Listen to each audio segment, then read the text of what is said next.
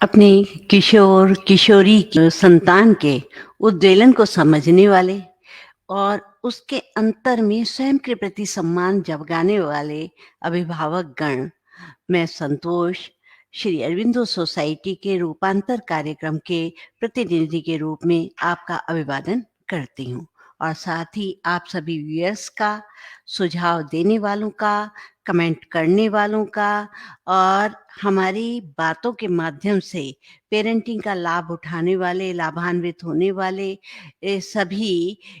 सभी अभिभावकों का, माता-पिता का मैं आभार व्यक्त करती हूँ। और आप जो शेयर करते हैं उसके प्रति भी हमारी पूरी सोसाइटी आपके प्रति आभारी है। जैसा कि हमने कल जाना कि किशोर-किशोरियों के अंदर किस प्रकार की परिस्थितियाँ होती हैं, किस प्रकार की उनकी अवस्था किस-किस प्रकार से परिवर्तित करती रहती है और उनके अंदर उद्वेलन भी हो जाता है, हताशा भी हो जाती है, कठिनाइयाँ भी हो जाती हैं जिसको कि वो अभिव्यक्त नहीं कर सकते। परंतु उसमें जूझते रहते हैं। तो उस जूझने में वो माता-पिता के पास तो अभिव्यक्त नहीं कर पाते। उनके जो दोस्त हैं, उनके जो साथी हैं, वो उनके रोल मॉडल बन जाते हैं। इसी बात का आज हम भाग 2 में बात कर रहे हैं कि किस प्रकार से हम इस अवस्था में माता-पिता के बीच में, संतान के बीच में, माता-पिता अपनी संतान के बीच में और उनके साथी के बीच में एक संतुलन स्थापित कर सके, एक ब्रिज बन सके। इन बातों को करते हुए ही आज हम आपसे बात कर रहे हैं कि कहीं अ, जैसा कि ये आपके मनुस्मृति में भी लिखा है, पुराणों में, प्राचीन ग्रंथों में लिखा हुआ है कि लालयेत पंचवर्षाणि, 10 वर्षाणि ताडयेत, प्राप्ते षोडशे वर्षे पुत्रम मित्रम समाचरेत। यानी कि आप पीछे की लाइन में, क्योंकि वही किशोरावस्था से जुड़ी हुई है कि जब बच्चा 16 वर्ष का हो जाए तो उसे पुत्र को मित्र के समान उसके साथ आचरण करना चाहिए।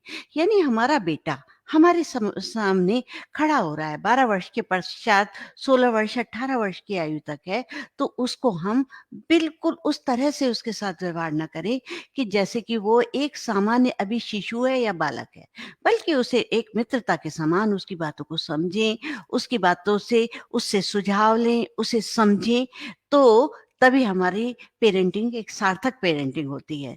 क्योंकि हम सभी एक चाहते हैं कि हमारा किशोर एक सबल, स्वस्थ होकर समाज में एक फलीभूत व्यक्तित्व बना सके और उसके लिए वो जब अपने किसी अचानक ही कहीं ऐसा ना हो किसी गलत साथी की संगत में आ जाए, अपने किसी व्यभिचारी या गलत साथ के लोगों के साथ या सड़क पर चलने वाले व्यक्ति के संपर्क में आ जाए, जो उसकी दिशा को किसी कारण से या किसी बात से उसको एक गलत मोड़ दे दे।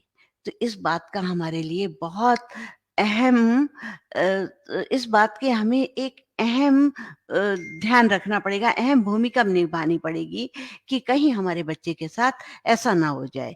क्योंकि अ, इसके लिए ये संतान अ, सबसे बड़ी बात तो हमारे साथ ही है, क्योंकि साथी के बिना किशोरावस्था पूर्ण नहीं होती। किशोरावस्था में साथी की भूमिका बहुत अहम होती है और उस साथी के साथ-साथ हमारे बच्चे के व्यक्तित्व का विकास भी होता है।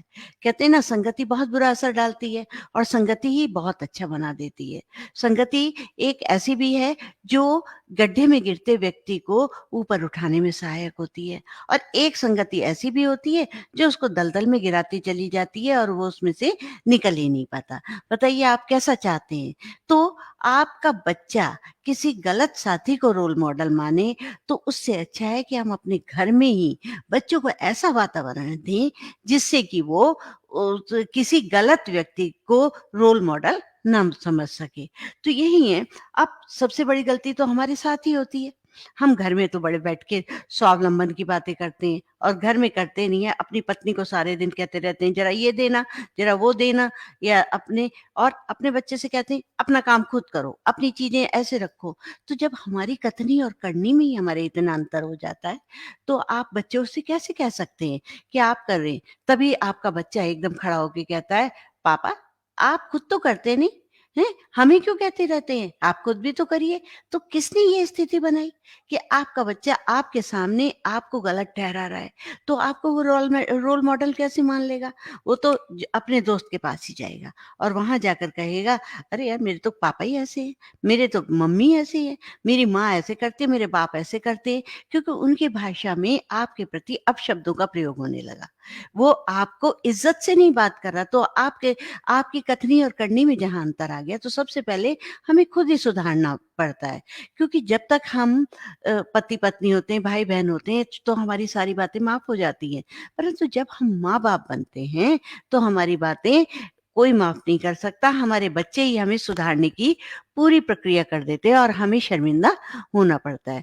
तो हमें जो है, हमारी संतान ही हमें सुधार कर रख देती है, क्योंकि ना तो हमारे पास संतुलित बोल है कि हम स्पष्ट बात कर रहे हैं, कभी कुछ कह रहे हैं, कभी कुछ कह रहे हैं, और ना ही सम्यक वाक है। हमारी जो भाषा है, भली प्रकार की भाषा नहीं है, ना ही हमारा सम्यक व्यायाम है। व्यायाम से केवल एक व्यायाम एक्सरसाइज से ही मतलब नहीं, हमारी कार्यकुशलता भी हमारी भली प्रकार की नहीं है।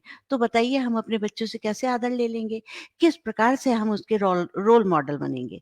वो तो क्योंकि वहाँ पर वो व्यक्त तो कर नहीं पा रहा, पर अपने दोस्त के पास जाकर वो बड़े खुल करके आपकी हँसी उड़ाता है, आपका उपहास करता है और वो जो है, उनको अपना रोल मॉडल मान लेता है। तो गलती तो हमारी ही है। देखिए, हमारा चरित्र उन बातों से पहचाना जाता है, जो है जो उन कामों से पहचाना जाता है जो हम ये सोचकर कर रहे होते हैं कि हमें कोई देख तो नहीं रहा। जैसे हम ही चलते हुए कहीं पर स्पिट कर देते हैं, किसी भी आदमी का गला पकड़ करके उसे मारने लग जाते हैं, या कहीं पर मोल भाव करते हैं किसी विवश सब्जी वाले से या विवश दुकानदार से, हम कम पैसों में सामान खरीद लाते हैं। तो क्या हुआ कि हमारे बच्चा हमें कैसे रोल मॉडल समझेगा? वो तो समझेगा अपने दोस्त के, क्योंकि दोस्त के सामने वो एक खुली किताब की तरह से होता है और स्पष्ट कहता है, क्योंकि वहाँ पर उसको कथनी और करनी में कोई अंतर नहीं नज़र नहीं आ रहा। इसलिए हमें आवश्यक हो जाता है कि हम अपने बच्चों के पास सामने, अपनी संतान के सामने हमेशा कथनी करनी में समानता रखें। जो हम कह रहे हैं, हमारा चरित्र उसी प्रकार का स्पष्ट हो। अब होता क्या है कि कल तक तो वो हमारा बच्चा था। हुँ? अब हम उससे एकदम जैसे ही बड़ा होने लगा, लंबाई में भी, जैसा कि कल मैंने बताया कि शारीरिक भी परिवर्तन आ रहे हैं, उसमें मानसिक भी आ रहे हैं, संवेगात्मक भी आ रहे हैं, सामाजिक भी परिवर्तन आ रहे हैं, तो उसका व्यक्तित्व भिन्न होता चला जा रहा है। उस भिन्न व्यक्तित्व को तो आप देख रहे हैं, उसको तो परख रहे हैं, पर उसको ये नहीं समझ रहे कि इसके अंतर्मन में क्या चल रहा है, उसकी स्थिति क्या होगी, किस तरह की। तो हम जो है, उसे जब बालक था तो खूब प्यार कर रहे थे, उसे मुस्कुरा रहे थे, सब है। पर आज हम उससे अवास्तविक अपेक्षाएँ कर रहे हैं कि भई तुझे ये करना चाहिए, तू इतना बड़ा हो गया, तू इतना है, गलत-गलत शब्दों का भी प्रयोग करके बोलते हैं, इतना ढीठ हो गया है, ऊँट हो गया है, कोई इस तरह की बातें माएँ लड़कियों को कहती हैं, या कि बाप भी कभी-कभी लड़की को, लड़के को, माँ भी सारे दिन डाँटती रहती है, समझाती, क्योंकि इनसिक्योरिटी फ़ील किसको हो रही है? माँ-बाप को खुद। वो खुद इनसिक्योर हो रहे हैं, जबकि उनके अंदर किसी तरह की भावना नहीं हो रही। ना उनके प्रति अभी विपरीत लिंगी आकर्षण हुआ है, ना कोई वो गलत कदम उठा रहे हैं। पर हम उन्हें कह-कह के ऐसे-ऐसे शब्द कह देते हैं, जिससे कि उनके अंदर आक्रोश पैदा हो जाता है। और क्या कहते हैं, हम उनसे अवास्तविक अपेक्षाएँ करते रहते हैं, जो वास्तव में हमें अपेक्षाएँ करनी है, वो तो हम नहीं कर रहे, बल्कि गलत-गलत बातें कह रहे हैं। कि लड़की से कह रही, तू वहाँ पर खड़ी होके क्यों हँस रही थी? किससे बातें कर रही थी? फ़ोन पे इतनी देर क्यों लगी हुई थी? जबकि वो सहज होकर के किसी से बात कर रही है। और लड़के से भी कह रहे, तू वहाँ पर किसको ताड़ रहा था खड़ा होकर? जब हम इस तरह की बात करते हैं, बच्चों पर अविश्वास दिखाते हैं, तो बच्चा भी हमें रोल मॉडल नहीं समझता। तो गलती किसकी थी? हमारी। कल जब बच्चा हँस रहा था, मुस्कुरा रहा था, तो आपको बहुत प्यारा लग रहा था, क्योंकि वो शिशु था, बचपन था, उसकी गंदगी भी आपको अच्छी लग रही थी, उसको सब है। पर आज अचानक ही, जिसको पता ही नहीं, स्वयं को पता नहीं है कि मैं कैसे एकदम किशोर अवस्था में पहुँच गया। मेरे अंदर अचानक क्या-क्या हो रहा है? तो हम उसको हमेशा टोकते जाते हैं, उसको दबाते चले जाते हैं, लोक लाज की दुहाई देते चले जाते हैं, तो बच्चा क्या है, कितना परेशान होता है और वो जो है आपको रोल मॉडल कहाँ से समझेगा। तो ऐसे ही अब हम अपने घर का वातावरण कैसा बना देते हैं, विवादास्पद बनाते हैं। हर समय हमारे घर में विवाद हो रहे हैं, वार्तालाप तो हो ही नहीं रहा। अनेक विवाद अनेक लोग कर सकते हैं, परंतु वार्तालाप हर कोई नहीं कर सकता। वार्तालाप जो एक बुद्धिजीवी समझदार व्यक्ति है, एक समझदार पेरेंट है, वो वार्तालाप किया करता है। और विवाद क्यों है? जो नासमझ है, जो कि बच्चे का पोषण करना, बच्चे की परवरिश करना जानते नहीं है, वो हमेशा विवाद करते रहते हैं। और कई बार माता-पिता जो हैं स्वयं को जब समझ जाते हैं कि हमें वार्तालाप करना चाहिए, तो खुद को सुधारने की कोशिश करते हैं और खुद सुधरते भी हैं, और साथ-साथ अपने को सुधारने के साथ-साथ आप अपने बच्चे को भी उस प्रक्रिया में ढाल करके एक सुव्यवस्थित व्यक्तित्व दे देते हैं। एक लिहाज अपने लहज़े में भी ज़रूरी है। एक लिहाज अपने लहज़े में, बोलने के ढंग में भी ज़रूरी है कि अबे तू क्या कर रहा है, अभी सुन, यहाँ को आ, ए लड़के इधर आ, इस तरह से ना करके अपने बच्चे से बेटा ये सुनिए। तो एक लिहाज जो है अपने लहज़े में भी होना चाहिए, वरना अल्फाज अपना अर्थ खो देते हैं। बात वही होती है, पर हमारा लहज़ा जब फ़र्क हो जाता है, तो क्या होता है, हमारे जो अल्फाज हैं यानी शब्द हैं, वो हमेशा अपना अर्थ खो देते हैं। कोई भी उस व्यक्ति से प्रेम नहीं करता जिससे कि डरता हो। अब डरने से आप सोचते हैं मेरे घर में तो ऐसा था, मेरे दादाजी ऐसे करते थे, मेरे ताऊ जी ऐसे करते थे, मेरे पापा ऐसा करते थे, तो हमने तो बहुत अच्छे अनुशासित थे। अरे वो अनुशासन नहीं था, आपके अंदर अभिव्यक्ति का मौका ही नहीं मिला। आप तो स्वयं मुखौटा ओढ़कर जीते रहे, अपने माता-पिता के पैर छूना, उनके से बात उनसे आप अपनी स्पष्ट बात भी नहीं कह पाए। आप हर समय उनको यस मैन चाहिए था, आप यस सर ही करते रहे, जी हाँ करते रहे। आपकी अपनी कोई विचारधारा नहीं थी, तो क्या आपका व्यक्तित्व सही बना? तो आप अपने बच्चे को उस तरह का व्यक्तित्व क्यों नहीं दे पा रहे? आप उसके बच्चे को क्यों नहीं दे दे रहे? आप क्यों डरा कर रखना चाहते हैं? अगर आप चाहें कि बच्चा आपसे प्रेम करे, आपको रोल मॉडल माने, तो उसे डराना छोड़ दीजिए। तो आज के समय में किशोर होने के कारण कि बच्चा झूमना चाहता है, अपनी अभिव्यक्ति को मुखरित करना चाह रहा है, अपनी अपनी बातों को कहना चाह रहा है, और उसके अंदर एक ऊर्जा है जिसका उपयोग भली प्रकार से चाहता है, पर उसका ऊर्जा का उपयोग भली प्रकार नहीं हो पा रहा। आप उसकी ऊर्जा का उपयोग होने नहीं दे रहे, तो आप उसको एक गलत रास्ते पर डाल रहे हैं। तो बताइए वो कैसे आपसे पसंद करेगा? अगर आप एक अच्छे माता-पिता हैं, तो आप उसकी ऊर्जा का सदुपयोग करने में उसके साथ-साथ चलेंगे। उसको हर जगह एक ऐसा मार्ग देंगे, ऐसी व्यवस्था बनाएँगे जिससे कि आपका बच्चा एक सुव्यवस्थित आकार ले सके, और उसके साथ-साथ उस पर विश्वास करेंगे। अगर आप, जैसे अभी मैंने कहा कि आप माँ लड़की को कह रही है कि किससे बात कर रही है, बेटा बेटे को बाप कह रहा है कि किसको ताड़ रहा था, क्या कर रहा था। तो वो जो है, आपने उसके ऊपर, उसके अंदर तो वो इच्छा उत्पन्न भी नहीं हुई, पर आपने उस पर अविश्वास करके उसको आक्रोश में डाल दिया और उसने कहा, "मैं तो यही करूँगा।" देखें कैसे, इनके अंदर तो यही आदत है, पता नहीं क्या से क्या कहते रहते हैं। तो उससे क्या हुआ कि आपने उसके अंदर अविश्वास का बीज बो दिया। वो कैसे आपको रोल मॉडल मानेगा? वो तो अपने दोस्त के पास ही जाएगा। तो हमें चाहिए कि आप भी तो ऐसा ही चाहते हैं कि आपकी बातों को सुनने वाला, आपकी बातों को समझने वाला आपका कोई साथी हो, तो बच्चा क्यों नहीं चाहेगा? हैं? बच्चे को तो स्पष्ट आकार मिला नहीं, स्पष्ट समझ नहीं मिली, तो वो तो अपने दोस्त के पास जाएगा, और वो फिर ऐसा उल्टा-पुल्टा ज्ञान दे देगा कि उसको खुद ही नहीं समझ पाएगा, वो उसी बात को बहुत अच्छा समझेगा। क्योंकि उसके घर का वातावरण कुछ है, आपके घर का वातावरण कुछ है, वो अपनी अल्प बुद्धि के माध्यम से, अपनी अल्प समझ के माध्यम से कुछ ना कुछ कह देगा, और बच्चा उसको मान लेगा और उसको ही अपना रोल मॉडल मान लेगा। कहीं आपके बच्चे के साथ ऐसा ना हो कि उसे अल्प विकसित या अर्ध विकसित ज्ञान मिल जाए, उसके माध्यम से वो अपने व्यक्तित्व को संभाल ले, तो आप समझ जाइए, आप ध्यान दीजिए, क्योंकि हर बच्चे के 2 पहलू होते हैं, हर व्यक्ति के 2 पहलू होते हैं, अच्छा भी और बुरा भी। तो क्यों ना हम उसे देखें, कहते हैं ना, कल भी मैंने एक बात कही थी, खूबियाँ भी उसमें होंगी ज़रूर, क्यों किसी के ऐब ही देखा करूँ?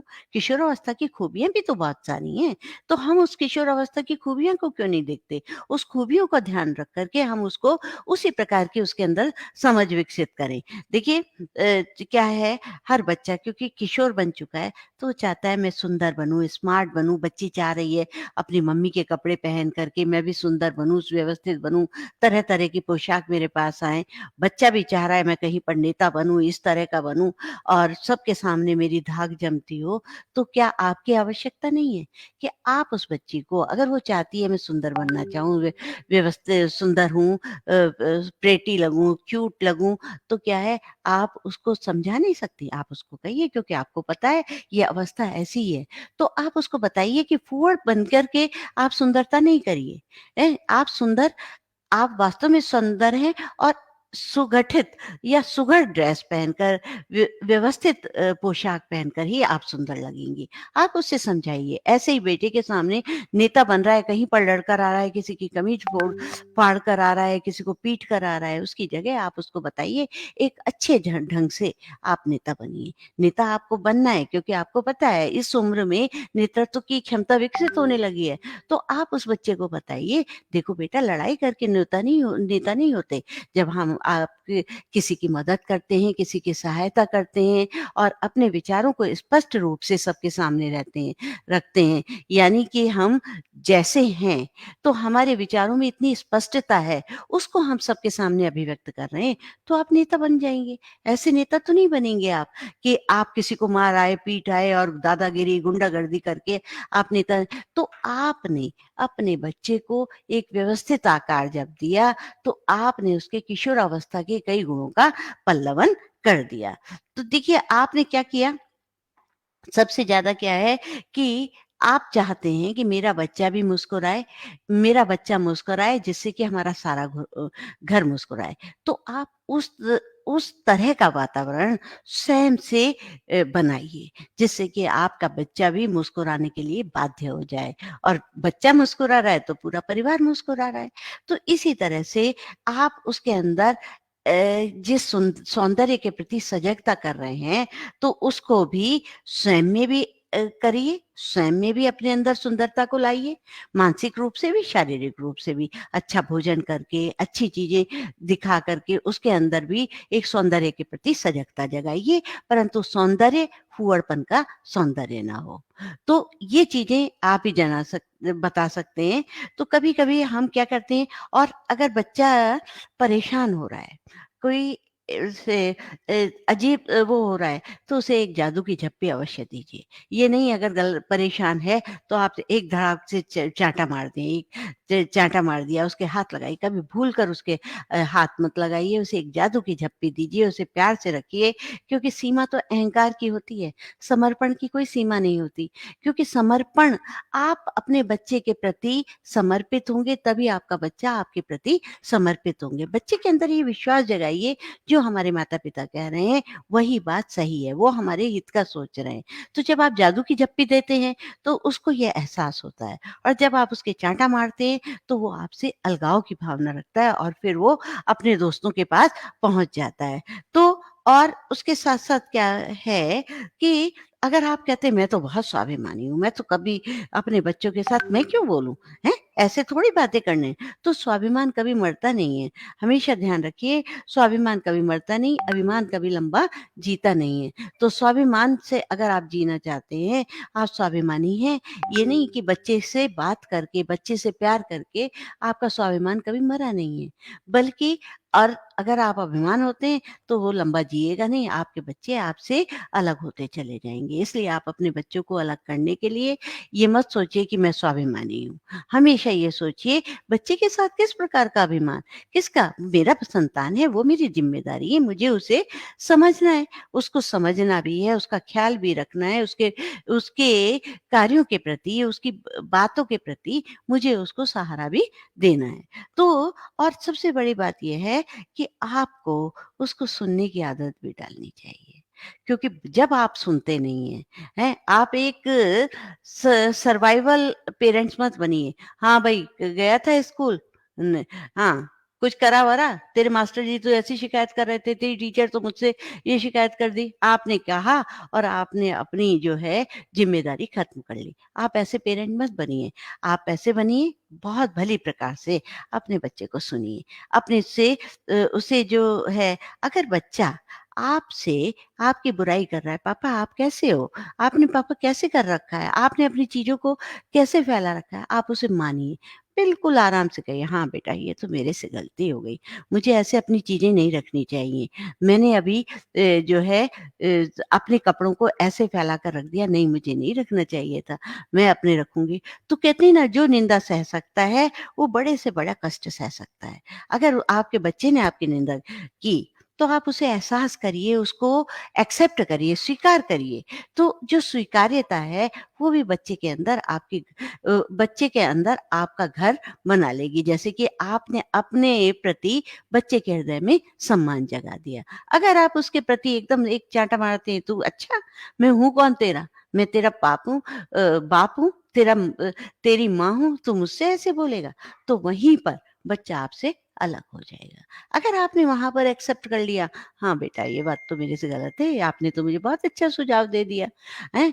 तो आप अगर अपनी निंदा सुन सकते हैं, तो आप बड़े से बड़ा कष्ट सह सकते हैं। और कभी भी गंदे शब्द बच्चे से मत बोलिए। हमेशा ध्यान रखिए कि गोली से भी बड़ा घाव बोली का होता है।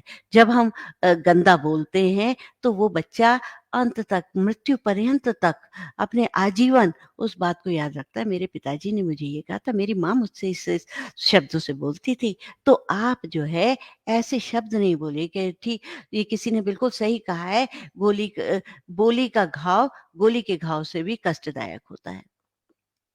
तो आप सोचिए ना कि ये तो उसका स्वर्ण काल है। कल जब हम उसके परिवर्तनों के विषय में, उसकी अवस्थाओं के बारे में बता रहे थे, तो कई सारी अवस्थाएँ हमने बताई, ज्वार-भाटे की अवस्था, दुखद अवस्था, कठिन अवस्था, उलझन की अवस्था, परंतु एक और बताई थी, स्वर्ण काल। स्वर्ण काल में क्या होता है कि बच्चे के अंदर नवीन-नवीन विचारों का प्रस्फुटन होता है। उन विचारों को एक वो साकार रूप देना चाहता है, तो और एक व्यक्तित्व बनाना चाहता है। आप उस स्वर्ण काल की तरफ तो देखिए, उस नैराश्य की तरफ, उलझन की तरफ मत देखिए, कठिन और विषम परिस्थिति की तरफ मत देखिए।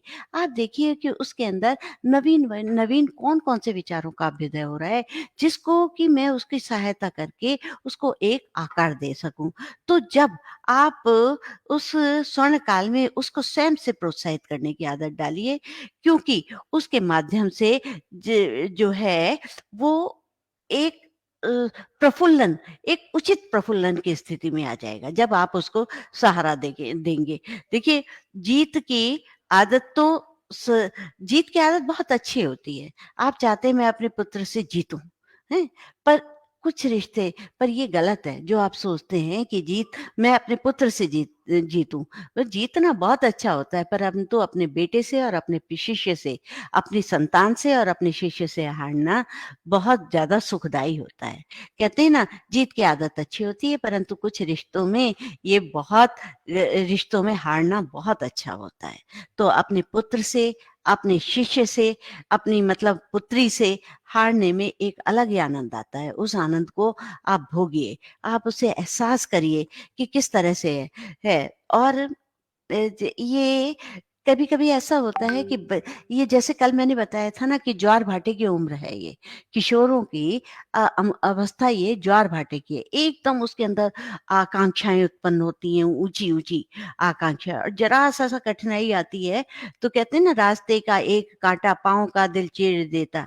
तो एक ज़रा-सा ही उसके पैर में ज़रा-सी कठिनाई आती है, वो एकदम डूब जाता है कि रक्त की 2 बूंद गिरती, एक दुनिया डूब जाती। परंतु जैसे ही वो गिरता है, तो वो एकदम है। उस समय नैराश्य होता है, उस नैराश्य में उसके अंदर अवसाद ना आ जाए। आप अपने बच्चे को एकदम गले लगाइए, उसे समझाइए और उसे समझाइए, कोई बात नहीं है। देखिए, जीतने के बाद तो सारी दुनिया गले लगाती है, परंतु हारने के बाद जो गले लगाता है, वही उसका अपना होता है।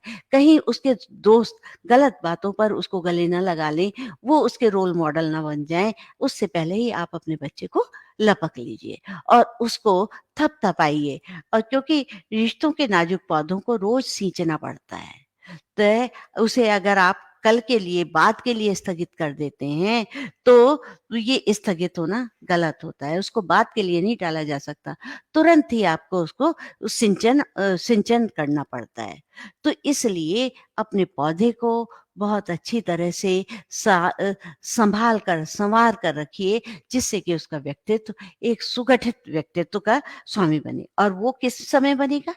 सिर्फ़ किशोरावस्था से। किशोरावस्था मेन बेस है, मेन नींव है एक व्यक्तित्व की। बाकी तो एक विकास हो रहा था, परंतु जो उसके तन और मन की जो अच्छी नींव है, उसके प्रफुल्लन की अवस्था है, वही उसका असली समय है।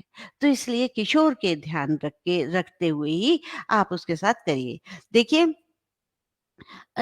अगर बच्चा आपसे लिपट कर रो रहा है, अगर निराशा में है, तो उसे खूब थपकिए, क्योंकि जो व्यक्ति रो नहीं कर सकता, वो कभी किसी से प्रेम भी नहीं कर सकता। अगर आपका बच्चा आपसे लिपट करके रो रहा है, माँ से लिपट करके और अपने पिता से लिपट करके रो रहा है, तो इसका मतलब वो आपको बहुत प्रेम करता है और वो आपके अनुसार चलना चाहता है। तो इसलिए, क्योंकि इस समय अगर ये स्थिति आती है, तो आपको, अगर बच्चे के अंदर यौन ऊर्जा का दबाव हो रहा है, वो समझ नहीं पा रहा, तो उसे आप एक्शन में लेकर के आइए।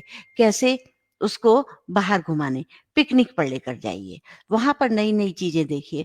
तो वो जो दबाव उसका है, जो अस्पष्ट है, तो आप उसे समझ रहे हैं, तो उसे पिकनिक पर, खेल-कूद पर, उसके साथ खेलकर, घर में बैठ कर के वो वातावरण दे कर के कि सब इकट्ठे बैठ कर के बैठ कर के खेल रहे हैं, कहानी पढ़ रहे हैं, कहानी पढ़ सुनाई जा रही है, बैठ कर के एक साथ मैगज़ीन देखी जा रही है, टीवी का कोई स्पेशल सीरियल है जो कि बच्चों से संबंधित है, या जो क्या कहते हैं, कोई आप साँप-सीढ़ी खेल रहे हैं, लूडो खेल रहे हैं, कैरम खेल रहे हैं, घर में बैठकर, और बाहर पिकनिक पर ले जा रहे हैं, वहाँ बच्चों को दौड़ा रहे हैं, भगा रहे हैं और उनसे नई-नई बातें उनसे पूछ रहे हैं, कुछ उनको बता रहे हैं।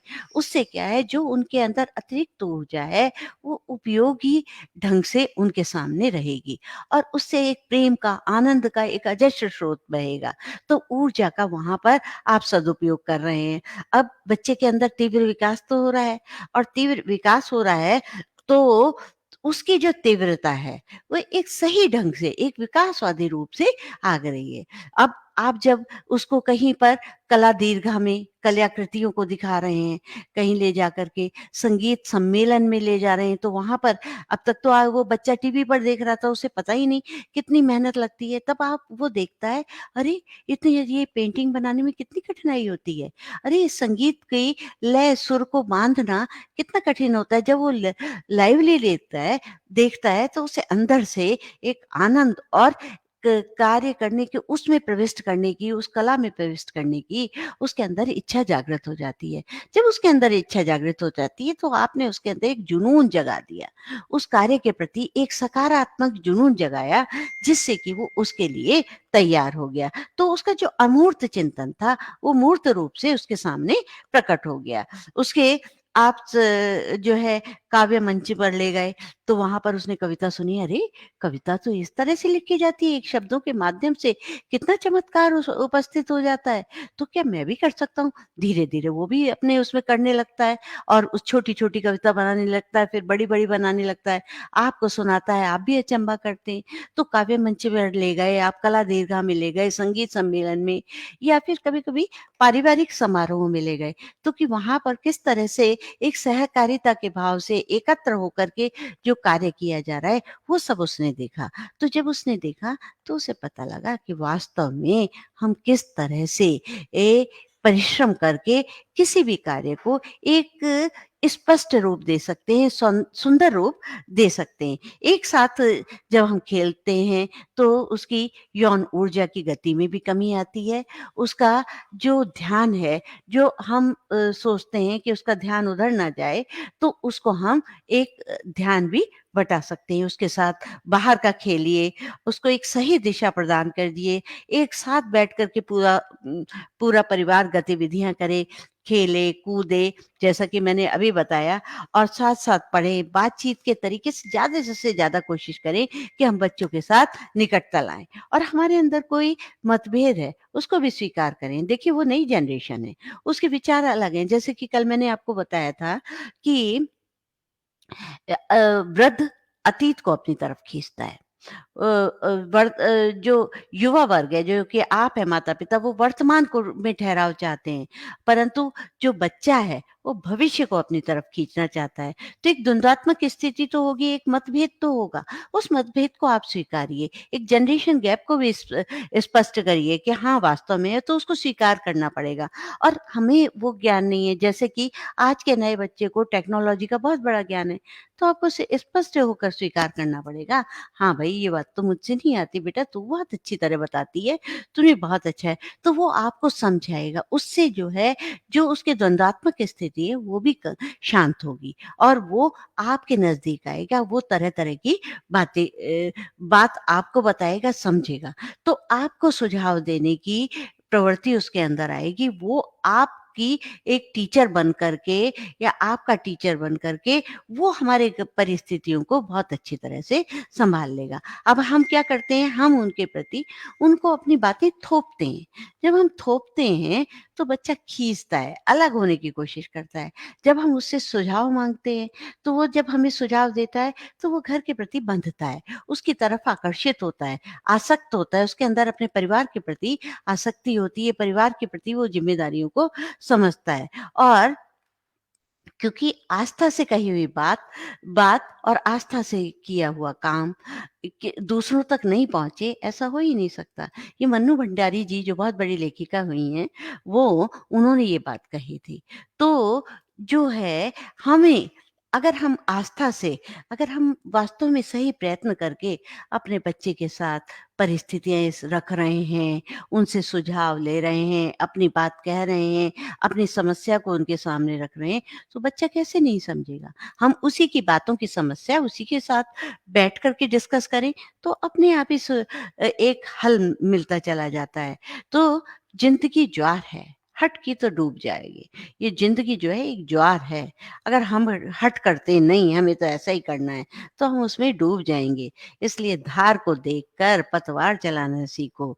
जैसे-जैसे धार जा रही है, उसके साथ ही अपनी पतवार को लेकर अपनी नौका को लेते हुए चलो। तो देखो, आपका गंतव्य बिल्कुल सही ढंग से, आप अपने गंतव्य पर बहुत भली-भाँति पहुँचा जाएँगे। यदि आप ज़बरदस्ती करेंगे, नहीं तुझे तो ऐसा ही करना है, उसको विपरीत दिशा की तरफ आप उसको कहते रहेंगे, नहीं तू यही करेगा, आप ऐसे करोगे, तो बच्चा जो है आक्रोश में आ जाएगा, और उसको करने से उसका व्यक्तित्व एक कुंठित हो जाएगा, आक्रोश में आ जाएगा। उसके अंदर उद्वेलन अधिक बढ़ जाएगा। हमें तो उसे शांत बनाना है, हमें तो एक सही आकार देना है, तो हम क्यों नहीं करें? अब हमें, जैसे कि घर पर आकर के पिता घर में आते हैं, तो हम कहते हैं कि इनका मूड देख कर के ही हमें बात करना, बेटा तब बताना जब पापा सही मूड में हैं, ज़रा चाय पी लें, खाना कुछ खा लें, उसके बाद हम बैठ कर के बात करते हैं। ऐसे ही हमें बच्चे का भी कभी-कभी मूड देखना होता है। उसको अंदर नेतृत्व क्षमता बढ़ने लगी है, तो उसे हमें सही आकार देने के लिए इत्मीनान से बातें करनी पड़ेंगी। बेटा, ये वाला काम अगर हम ऐसा करें तो कैसा है? अच्छा, ये ज़िम्मेदारी आपकी है, आप करो। हैं? तो उसको नेतृत्व क्षमता को, उसको सही आकार मिल जाएगा। कई बार क्या होता है कि अगर बच्चा कहता है, हमारे घर में तो ऐसी फ़िज़ूल खर्ची होती है, मेरे दोस्त के घर में देखो, उसकी मम्मी इतने अच्छे ढंग से काम करती हैं, उसके पापा ऐसे करते हैं। तो आप क्या करें, बहुत प्यार से कहें, बेटा अब तू ये ज़िम्मेदारी तू ही ले ले। चल, उसकी छुट्टियाँ चल रही हैं, ले भाई ये है हमारी तनख्वाह, हमारी सैलरी ये है, ये तू पकड़। मान लीजिए उसको हमने दे दिया 10,000, रसोई का काम तेरा है? अब तू ही लाएगा। जो चीज़ की कमी होगी, भई जो तुझे खाना है, जैसे तू खिलाना चाहता है, अब तक तो हम कर रहे थे, तू कर। तो देखेंगे आप कि वो इतनी छोटी-छोटी, बारीक-बारीक चीज़ पर ध्यान रखेगा। डायरी में बैठे-बैठे भी लिखेगा। तो आपने एक उसको कुशल नेता बना दिया। ज़रा से एक उसमें आपने एक उसको सही ढंग का एक नेतृत्व क्षमता विकसित कर दी। कोई ज़रूरी नहीं कि घर के ही किसी भी काम को आपने उसको कहा कि जो है छोटे भाई को आप ही पढ़ाओगे। उसके ये शब्द ज्ञान आ जाए, उसको अक्षर ज्ञान आ जाए, उसको क्या कहते हैं गणित का ज्ञान आ जाए, जो कुछ है वो तुम्हारी ज़िम्मेदारी है। तो उसके अंदर एक नेतृत्व क्षमता का विकास हो जाता है। तो वो जो है अपने के क कार्य को बहुत ही कुशलता से निभाता है। ये हमारे ऊपर है। नहीं तो क्या होगा? वो अपनी नेतागिरी गलत ढंग से करके अपने दोस्तों पर एप्लाई करने लगेगा या दोस्तों से जाकर कहेगा, धीरे-धीरे उनके झुंड बनते जाएँगे। वो एक निर्बल और असहाय बच्चों को पीटते रहेंगे। तो ये क्या हुआ? हमने उनको एक नेता नेता का एक स्वस्थ आकार बना कर के दे दिया। अब इस उम्र में आकर के किशोरों में आकर एक आदर्श पुरुष की इच्छा होती है, एक वीर पूजा की भावना होती है। वीर पूजा क्या? किसी को भी एक आदर्श मान लेते हैं और उसके माध्यम से आप जो है उनको उस वीर पूजा को उसको मानने के उपलक्ष्य में अ,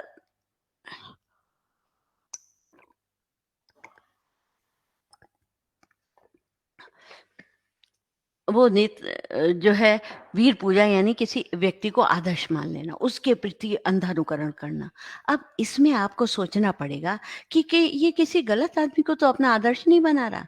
कहीं किसी अभिनेता बच्चे इस उम्र में बच्चे ना अभिनेताओं के प्रति बहुत आकर्षित हो जाते हैं। उनके उनके जैसे बाल रखने लगेंगे, उनके जैसे कपड़ों की करेंगे, इतरा-इतरा कर चलेंगे उसी तरह के।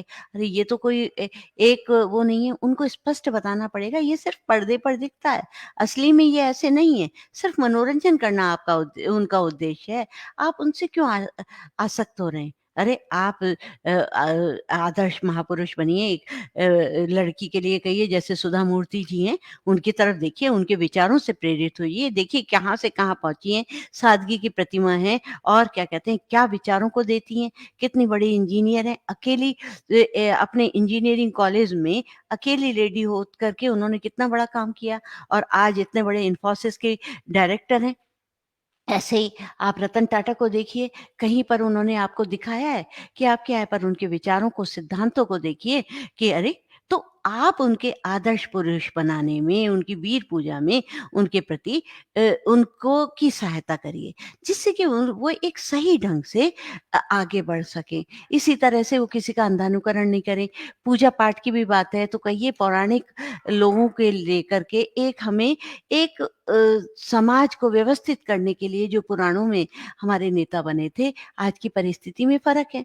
अगर वो बच्चा उसी तरह से बनने लगे, उनके कार्यकलापों को तो ग्रहण करो, परंतु उनकी तरह के वेशभूषा विन्यास से आप वो नहीं बन सकते। इसलिए आप उसका अंधानुकरण न करने में आप उसका सहयोग दे सकते हैं। उनको जो है एक कभी भी बच्चों को लकीर का फ़कीर बनने से हमेशा रोकिए। कभी ऐसा ना हो कि वो लकीर का फ़कीर बने और गलत रास्ते पे चला जाए। आप उसको यही बताइए कहाँ पर सही है, कहाँ गलत है। उसको गलत और सही का भेद बताएँगे और उसके बाद उसके ऊपर ज़िम्मेदारी छोड़ दीजिए। तो देखिए वो बिल्कुल सही ही बात को चुनेगा क्योंकि आपने उसको स्वतंत्रता दी। एक स्वतंत्रता अर्जित करने का मौका दिया और आपने उस पर निरंकुशता भी नहीं उसको होने दी। तो उस स्वतंत्रता का वो दुरुपयोग नहीं करेगा। और ऐसे ही आप देखिए कि पूजा-पाठ के लिए है, तो उसको एक वैज्ञानिक दृष्टिकोण बताते हुए उसको पूजा-पाठ करने दीजिए। कहीं ऐसा ना हो कि अपनी किताबों को, अपनी जो वास्तविक उसका जीवन है, उसको छोड़कर वो उन कामों में लग जाए। कि कहीं क्योंकि इस उम्र में बहुत नए-नए परिवर्तन आते हैं, नई-नई चीज़ें आती हैं और उसको ही वो सही करता है। और कभी भी आप झूठा आश्वासन मत दीजिए। हमेशा अगर आश्वासन दे रहे हैं, तो उस काम को करिए। एक सरकारी शब्दकोश के अनुसार आश्वासन का मतलब होता है झांसा। तो झूठा आश्वासन दिया तो बच्चा आपका को कभी मॉडल नहीं मानेगा। आप उससे कह दें, "हाँ, हाँ, तुझे हेलीकॉप्टर भी ला दूँगा, तुझे प्लेन भी ला दूँगा", जबकि आप ला नहीं सकते। तो जब नहीं ला सकते तो आश्वासन किस बात का? आप उसके सामने बिल्कुल स्पष्ट स्थिति रहिए, "बेटा हमारी आमदनी इतनी है, हमें इसके को इस तरह से खर्च करना है। अब आप बताइए किसमें प्राथमिकता हमें किस चीज़ की देनी पड़े?" तो आप जो है स्पष्ट होकर के बच्चे के सामने एक स्पष्ट होकर आएँगे, तो वो आपको रोल मॉडल समझेगा, वो अपने दोस्तों को नहीं समझेगा। दोस्त को वो गौण समझेगा कि दोस्त है, मेरे विचारों को समझता है, परंतु असली जो हितैषी हैं, वो मेरे माता-पिता हैं। ऐसे ही जो है हमें अपनी सारी ऊर्जा जो हमें परिवर्तन जीवन का नियम है। परिवर्तन तो आएगा ही, भई नई जनरेशन आ रही है, परिवर्तन तो वो भी चाह रहा है, हम भी चाहते थे। तो परिवर्तन का सबसे बड़ा रहस्य क्या है कि अपनी सारी ऊर्जा पुराने से लड़ने पर नहीं, बल्कि नए निर्माण पर केंद्रित करनी चाहिए। ये नहीं है कि हम पुरानी बातों को खींच-खींच कर ला रहे हैं, बच्चे से कह रहे हैं, "तू तो यही करेगा, तू यही करेगा, बेटी यही करेगी, ऐसा ही पहनेगी, ऐसा ही स्कूल में पढ़ेगी, ऐसे ही करके जाएगी।" बल्कि नए निर्माण पर ही हमें केंद्रित करनी है अपनी सारी ऊर्जा। तो क्या है, हम अपनी संतान का भविष्य एक सुरक्षित रूप से रख पाएँगे। तो यही एक परिवर्तन का रहस्य है, ना कि हम पुरातन से लड़े जा रहे हैं, पुरानी प्राचीन बातों को लेकर के लड़ रहे हैं। तो इसलिए हमें बच्चों को समझाना पड़ेगा कि स्वतंत्रता को समझें, निरंकुशता नहीं करें। अपनी स्वतंत्रता तुम्हें हम देने का मौका दे रहे हैं, अवसर दे रहे हैं, हम तुम्हें निरंकुश नहीं बनाना चाहते। ऐसे ही बच्चे के अंदर समाज सेवा की भावना आती है। अब समाज सेवा में वो कह रहा है, जी मुझे तो उसको ये देना है, मम्मी कुछ पैसे दे दो। आप उसे समझाइए, बिना धन के भी समाज सेवा हो सकती है। तो जो है कि कोई छोटे अनपढ़ बच्चे हैं, झुग्गी-झोंपड़ी के बच्चे हैं या कुछ हैं, आप 8th में पढ़ रहे हैं, तो आप क्या कहते हैं 2nd और 3rd के बच्चों तक को आप पढ़ाइए बैठा करके। तो उससे क्या है, समाज सेवा, ये भी तो समाज सेवा है। और आपके दादाजी हैं, वो दादाजी के मित्र भी जा रहे हैं, उनके पास छड़ी नहीं है, आप दौड़ करके उनको छड़ी दे दीजिए, ये भी तो समाज सेवा है। दादाजी का चश्मा नहीं मिल रहा, किसी वृद्ध व्यक्ति को सड़क पार करानी है, कहीं पर ले जाना है, आप लेकर जा रहे हैं, तो समाज सेवा है। ज़रूरी नहीं है कि धन के माध्यम से ही समाज सेवा हो, उसके अंदर ऐसी प्रवृत्ति डालिए, समाज सेवी हो, करे, परंतु वो सार्थक रूप में करे, ना कि धन का दुरुपयोग भी कर दे और कार्य धन तो आपके पास भी सीमित ही है, आप उस तरह से कैसे दे सकती हैं उसको? तो इसी तरह से समाज सेवा भी।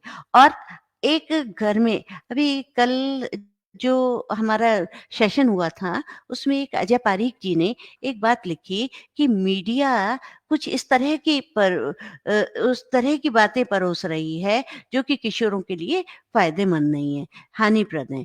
तो आप अपने बच्चों के अंदर विषम लिंगी के प्रति इतना कौतूहल बनाएँ ही ना, प्रारंभ से बताएँ। क्योंकि अक्सर देखा जाता है को-एड में पढ़ने वाले बच्चे ज़्यादा विषमलिंगी आकर्षण नहीं होते, क्योंकि वो दोनों का विकास होते हुए, शारीरिक विकास होते हुए देखते हैं। जब वो शारीरिक विकास होते हुए देखते हैं निरंतर, तो उनके अंदर कौतूहल नहीं रह जाता। तो इसलिए आप उनको स्पष्ट रूप से हर चीज़ को ये मत बताइए, छुपा कर मत रखिए। अगर बच्चा पूछ रहा है, तो उसे स्पष्ट बताइए कि ये परिवर्तन, शारीरिक परिवर्तन लड़के और लड़की का अंदर ही होता है। तो उसे स्पष्ट बताएँ, तो उसके अंदर एक आकर्षण, कौतूहल नहीं बनेगा। जब हम कौतूहल पैदा कर देते हैं, तो क्या होता है कि उसके अंदर जिज्ञासा बनी रहती है और फिर वो उसके प्रति एक आकर्षण बनता है और वो कभी-कभी गलत रूप से भी चलता है। तो इसलिए माता-पिता को आवश्यक है कि उस आकर्षण को एक स्पष्ट रूप से बताकर एक सार्थक रूप से बताएँ। क्योंकि मन मस्तिष्क को चलाता है, मस्तिष्क शरीर को चलाता है और शरीर इस प्रकार से आदेश का पालन करता है। तो उसके अंदर उच्चाशयता के ऊँचे-ऊँचे आशय भरिए, अच्छी-अच्छी बातें वो समझाइए, तो उससे क्या है, खुद भी समझिए, क्योंकि हमें भी ये बात करनी है, उसको भी समझाइए और जब समझाएँगे तो क्या होगा कि जो है आपको परखना नहीं पड़ेगा, उसको आप समझ रहे हैं, उसके अंदर क्या चीज़ क्या द्वंद की स्थिति आ रही है, जिसको कि आप स्पष्ट कर सकें, उसकी उलझनों को शांत कर दें। तो आपने उसको परखा भी, परखा नहीं बल्कि समझा, उससे क्या है, आप रोल मॉडल बन गए, आपका उसका दोस्त तो रोल मॉडल नहीं बना। तो उसी से क्या है कि आप एक तो कभी तुलना ना करें, बच्चे की कभी किसी से तुलना नहीं करें, तुलना से बच्चे का व्यक्तित्व बहुत ही कठिन होता है। ये सेशन मैं पहले भी ले चुकी हूँ आपका, तो तुलना करना है बिल्कुल गलत है और हमेशा बच्चों के साथ सड़कें नापें। अपने बच्चों के साथ घूमते हुए जाएँ, सारी प्रकृति के विषय में बताएँ, अपनी बचपन की बातें बताएँ और ये बताएँ हमारे सामने ये समस्या आई थी, हमने उसे किस प्रकार से हमने उसको सुलझा लिया। हमारे माता-पिता उस समय कितने खुश हुए जबकि वो इस तरह से सोच भी नहीं पा रहे थे। तो उससे क्या है, बच्चा भी सोचता है, अरे मेरे पापा भी ऐसे करते थे, मैं क्यों ना करूँ? मैं भी ऐसे करूँगा और इससे क्या होता है कि परिवार से संपर्क बनता चला जाता है, उसकी प्रतिभा सिकुड़ती नहीं, उसकी प्रतिभा को एक आकार मिलता है। उसके अंदर सबके अंदर प्रतिभा है, नहीं? जैसे ही बीजारोपण बच्चे का हुआ है, उसके अंदर सारे गुण अपने पूर्वजों के और आपके सब गुणों का समावेश उसमें हुआ था। उन प्रतिभाओं को आप सिकोड़िए मत, उनको खिलने दीजिए, उनको प्रफुल्लन का मौका दीजिए, उनको उपदेश से नहीं, उनको जुनून से जोड़िए, उसके काम के प्रति उसके अंदर जुनून से जोड़िए, उसके अंदर स्वामित्व की भावना मत भरिए कि तू मैं तेरा स्वामी हूँ, बल्कि उसको एक माली की तरह से काट-छाँट करके उसे पता भी ना चले, एक अच्छा-सा आकार दे दीजिए और ना ही उसको जायदाद की तरह कि तू मेरी जायदाद है, बल्कि उसे इंसान की तरह से पालिए, मालिक की तरह से जैसे मैंने बताया कि मालिक की तरह ना होकर के माली की तरह से उसकी काट-छाँट करके उसको एक स्वस्थ आकार दीजिए। देखिए काँटों में ही फूल खिला करते हैं, आपके सहयोग से ही उस बच्चे का कि प्रफुल्लन सही ढंग से हो पाएगा, नहीं तो उसके अंदर अपराधी प्रवृत्ति बहुत तेज़ी से आ सकती है। सबसे बड़ी बात है धैर्य ही है, आपको धैर्य रखना पड़ेगा। धैर्य ही है जो ज़िंदगी की हर किताब के पन्नों को बाँधे रखता है। ये ज़िंदगी की जो एक किताब है, उसको बाँधने में आपका धैर्य, आपके अंदर कितना पेशेंस है, पेरेंटिंग का मतलब ही पेशेंस है कि आपके अंदर कितना धैर्य है, जिससे कि आप अपने किशोर और किशोरी को बाँध सकें। धैर्य से उसकी बातें सुनें, धैर्य से ही उसके साथ व्यवहार करें, तो वही है। जैसे कि अभी मैंने बताया कि जो निंदा सह सकता है, सुन सकता है, वो बड़े से बड़ा कष्ट सह सकता है। उसी तरह से उत्तम से सर्वोत्तम वही बन पाता है, जिसके अंदर आलोचनाओं को सुनने और सहने की शक्ति भरपूर बनी रहती है। बच्चा अगर आपकी आलोचना कर रहा है, पड़ोसी आपकी आलोचना कर रहे हैं, तो आपको सुनने और सहने की क्षमता होनी चाहिए। तभी आप उत्तम से भी सर्वोत्तम बन सकते हैं, क्योंकि आपके सामने सिर्फ़ आपकी संतान है, ना कोई आलोचना है, ना कुछ है। इसीलिए आप हमेशा अगर बार-बार ये कह रहे हैं कि नहीं मैं तो ऐसा नहीं कर पाया, तो इसके विपरीत आप अंदर से सकुचाए हैं, संकोच में हैं कि अरे मैं नहीं कर पाया, तो हमेशा ध्यान रखिए लियो टॉल्स्टॉय ने एक बार कहा है, हम हार गए, हैं क्योंकि हमने खुद से कहा कि हम हार गए। आप हारिए मत, किशोर को अपना ध्यान रखने रखने दीजिए। जो किशोरों की ध्यान अच्छी तरह से रखिए। घर में जो सिब्लिंग्स हैं, भाई-बहन हैं, उनको भी स्पष्ट रूप से बताइए कि भाई को आप कुछ नहीं कहेंगे, बहन को कुछ नहीं कहेंगे। क्योंकि आप अंतर्मन से जानते हैं उसकी उद्वेलन की अवस्था चल रही है, उलझन की अवस्था चल रही है, ज्वार-भाटे की अवस्था चल रही है, तो ऐसे में उसके साथ कैसा व्यवहार करना चाहिए। अगर वो कोई गलती पर भी बच्चे कहते हैं उसकी गलती, तो अकेले में आप अपने किशोर और किशोरियों को समझाइए। तो उसे स्वाभाविक रुझान देखकर उसका रुझान किधर जा रहा है, उसकी तरफ से उसे देखकर आगे बढ़ाएँ, उसे रोकिए नहीं।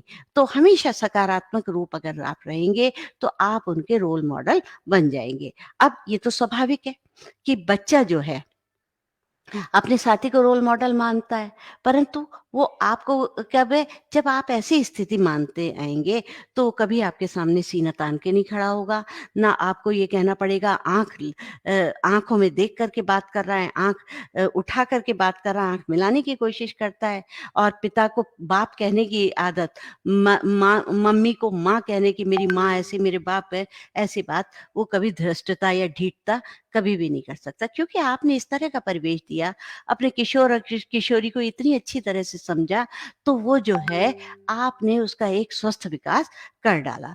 तो a perfect day when the soul smile, एक परफेक्ट डे वही होता है जब आपकी सोल, आपकी चेतना, आपका जो अंतर्मन, आपकी आत्मा स्माइल करती है। तो जब आप ऐसी परिस्थिति पैदा करते हैं, तो वो जो सोल है, वो स्माइल कर रही है। इसीलिए आप उसके साथ-साथ उसके मित्रों के साथ कभी भी हेलीकॉप्टर पेरेंट्स ना बने कि आपके बच्चे का दोस्त आकर बैठा है या सहेली की सहेली आकर, बेटी की सहेली आकर बैठी, तो आप उसके पास बैठे, हाँ भाई हुआ और क्या हो रहा है, ये क्या हुआ, तो वो किससे मिल रही थी, क्या मिल रही थी, बच्चों को कभी अच्छा नहीं लगता। इसलिए आप अपने बच्चों के कहीं ऐसा ना हो कि वो आपसे कहे मेरी मम्मी के तो ऐसी है, मैं नहीं जा रही। तो उस तरह से वो जो है आप उन बच्चों के साथ बिल्कुल स्पष्ट होकर के मतलब एक रोल बच्चों के साथ अलग हटकर बैठिए, उसका निगाह तो रखिए दूर से, परंतु उसके सामने आकर के उसमें बीच में इंटरफेयर आप मत करिए, बच्चों को कभी अच्छा नहीं लगता। और उसके उससे जब वो चले जाएँ, तो अपने बच्चों से उसकी सहेली के बारे में, उसके सहेलियों के बारे में, उसकी रुचियों सहेली की रुचियों के बारे में, कहाँ रहती है, क्या करती है, ये सारी बातें, उसके अंदर क्या-क्या इंटरेस्ट हैं, सारी बातें उससे तो बच्चे खुद ही अपने आप रुचि ले लेकर, क्योंकि सबको अपनी सहेलियाँ और अपने दोस्त बहुत प्यारे लगते हैं। जब आप कल मैंने बताया था, जब आप अपने बच्चों के दोस्तों की के से अब अच्छी तरह से बात करते हैं, सम्मान के साथ बात करते हैं, तो बच्चों को अच्छा लगता है। तो जब आप उनमें रुचि लेते हैं, तो बच्चे को बहुत अच्छा लगता है, तो वो अपने आप ही खुल कर के बात करता है। तो रोल मॉडल का वो नहीं होता, रोल मॉडल उनका बनने का नहीं, बल्कि रोल मॉडल आप बन जाते हैं, मेरी मम्मी ऐसी, मेरे पापा ऐसे। तो और उनके साथ-साथ आप उनके जो है इंटरेस्ट लेते हैं, बात करें, उनका आदर करें और बिना पता लगे ही उनका विश्लेषण करें कि कहीं ऐसा ना हो कि कहीं गलत बच्चे की संगति उसके साथ हो रही है। पीछे-पीछे उसके सजग रहें, उनके परिवार के साथ अपने संबंध बनाएँ, तो उससे बच्चों को भी अच्छा लगता है, मेरी मम्मी भी आ रही हैं, उनकी मम्मी भी आ रही हैं, उनके पापा भी आ रहे हैं, तो उससे क्या है वो आपस में जुड़ते हैं। एक-दूसरे के विचारों का आदान-प्रदान होता है, तो हमारे दोनों परिवारों के बच्चों का विकास स्वस्थ होता है। इसीलिए इंटरेस्ट लेते रहें, तो आपका और देखो, दोस्त का रोल मॉडल बनना स्वाभाविक भी है। उसको अगर आप अवॉइड करेंगे, तो वो बच्चा स्वाभाविक रूप से गति नहीं ले पाएगा, बल्कि वो अस्वाभाविक हो जाएगा, असहज हो जाएगा। तो इसलिए हमें क्या करना है कि अ अपने परिवार को बहुत सुखी बनाना है। हमारा परिवार कितना अमीर है, ये कभी मायने नहीं रखता, बल्कि हमारा परिवार कितना खुश है, ये बातें मायने रखती हैं। इसलिए कहीं हमारे बच्चों के अंदर अपराध, मानसिक रोग, तनाव, हताशा जो है वो घर ना कर लें, अपराध घर ना कर लें। तो इसलिए हमें इस ऐज को, जो किशोरावस्था की ऐज को, एक आइडियल ऐज बनाते हुए आगे बढ़ना है, जिससे कि मृत्यु दर में कमी आए। क्योंकि हताश हुए बच्चे, किशोर बच्चे बहुत जल्दी मृत्यु दर को प्राप्त कर लेते हैं, हमेशा अवसाद में ग्रस्त हो जाते हैं। तो इसलिए किशोरों को ध्यान देना हमारे लिए बहुत आवश्यक है। इसलिए मैं चाहती हूँ कि आप प्रसन्न हों, बच्चों की किशोरावस्था को देखकर आप प्रसन्न हों, उसके लिए सकारात्मक सोच रखें, उसकी स्वतंत्रता अर्जित करने की उसे अनुमति देते हुए मार्गदर्शन और प्रोत्साहन दें, उचित अनुशासन दें और साथ ही संबंध बनाने के लिए हर क्षण उपलब्ध कराएँ उसको, और उसके प्रति लचीले रहें, लचीले पेरेंटिंग शैली को समायोजित करें। इसके साथ-साथ ही आप सभी का धन्यवाद, सुनने के लिए धन्यवाद, और आप अपनी पेरेंटिंग को एक लचीली शैली में अपने किशोर-किशोरियों का ध्यान रखते हुए इस के माध्यम से आगे बढ़ते रहें। अगर आपको इस विषय में कुछ कहना है या सुनना है, समझना है, तो आपके विचार आमंत्रित हैं। धन्यवाद। अगर आपको कोई भी कठिनाई आ रही हो, तो आप कमेंट बॉक्स में या चैट बॉक्स में डालें, आपके प्रश्नों का उत्तर हम अवश्य देंगे। धन्यवाद।